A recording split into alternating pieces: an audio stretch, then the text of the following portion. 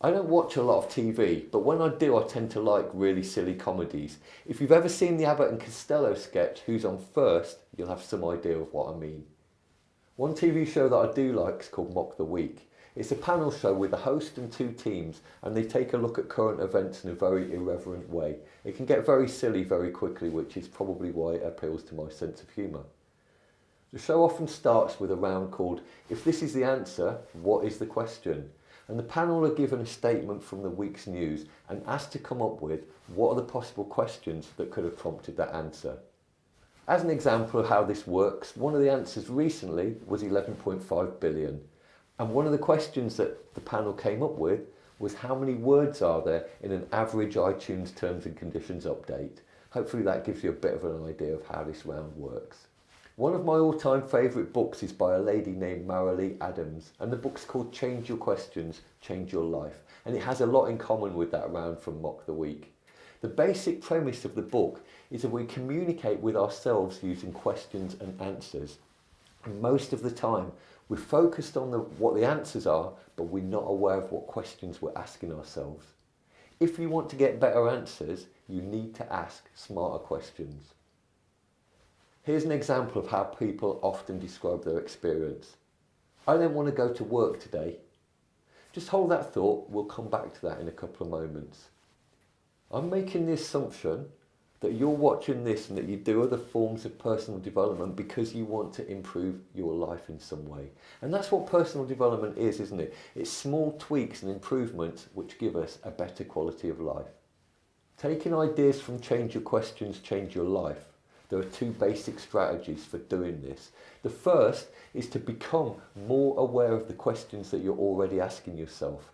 And the second is to begin deliberately asking yourself empowering questions. And when you think about it, that's what a coach does.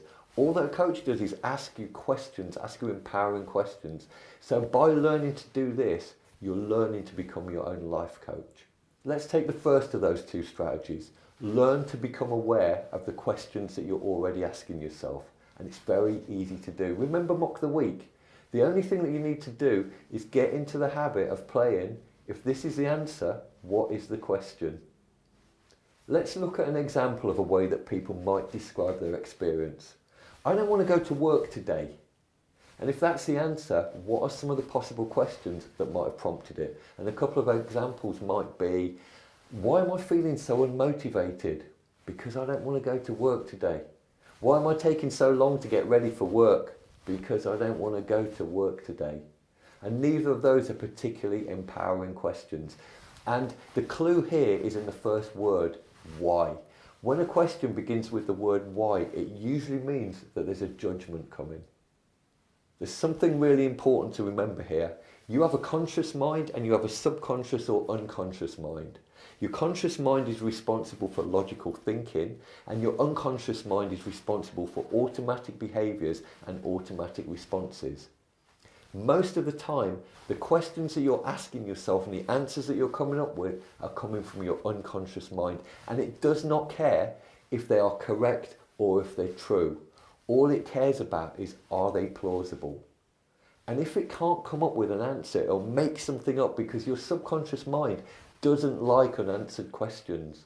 In light of that, let's go back to some of those questions from earlier and let's take a look at why they are such dangerous questions to be asking ourselves. Because let's look at some of the other possible answers. Why am I not feeling very motivated? Because your life sucks. Because you work in a dead-end job and it's never going to change. Why am I taking so long to get ready for work? Because you're lazy or because you're incompetent. And let's face it, we've all had these kinds of conversations with ourselves, these kind of thoughts at some time in the past. And where does your day go when you're having these kind of thoughts? I hope that you're starting to see now why it is so important for you to take control of the questions that you're asking yourself. There's not a lot of time here for getting into all the many different questions that you could ask yourself. So let me give you 2 questions that will help you out in almost any situation. Get into the habit of using them often and get into the habit of asking yourself these questions over and over. The 2 questions are, what do I want and what choices do I have here? One of the main reasons why people feel stuck in their life is when they think that they have no choices, and we always have choices. Of course, every choice brings consequences with it, but when we start to understand what those choices are, when we start to understand what the consequences of those choices are, that is usually the first step to becoming unstuck. Let's go back to our original statement and play it out in a couple of different ways. I don't want to go to work today, so let's change that question to, what do I want? I want to work in a job where I feel valued. Great. What are my choices? Well, I could do nothing and hope that things magically change by themselves, which is probably what most people do most of the time. Another choice might be, find a way to motivate myself, which would lead on to the next question of, what can I do to get myself feeling more motivated? What is it about my job that I can find that's going to make it more enjoyable? And suddenly things are progressing on in a more positive way. Another possible choice would be, talk to my boss, let them know how I'm feeling. It might be that they have no idea I'm feeling undervalued. Or another possible choice would be, sit down and review my career options. And suddenly lots of choices are opening up in front of me, and people who have more choices in their life tend to feel better about their life. Now, this doesn't magically imply that you will find an answer or a fix. This is not what this is about. It's not about fixing things. It's about getting you into a more empowering thought process. So now let's play out that same statement, starting with the other question. I don't want to go to work today. What are my choices? A possible choice would be to phone in sick. Now I have to think about the consequences, and that might be that I'll feel better for the next hour when I go back to bed. But after that, I'll probably start to feel guilty about lying because I don't like lying. And when I go into work tomorrow, the same workload's still going to be there waiting for me. Another possible choice is to find a way to motivate myself, to get myself feeling better. Maybe by looking for one thing that I can look forward to during the day. Or another possible choice is to put a time in my diary to sit down and have a good long think about my career and my job, and is it giving me what I want from it? And if not, what can I do? What are my options? And once I've got those three choices, I can then ask myself the question, there's my choices, what do I want to do? Easy, isn't it? Only it isn't. It's very simple, but it's difficult to put into practice. Most people answer the question, what do I want? By saying, I don't know, because that's the easy answer. And they answer the question, what choices do I have with, I don't have any choices, because that is the easy answer. When you become really good at answering these two questions, your life will improve. But first, you've got to become better at asking them.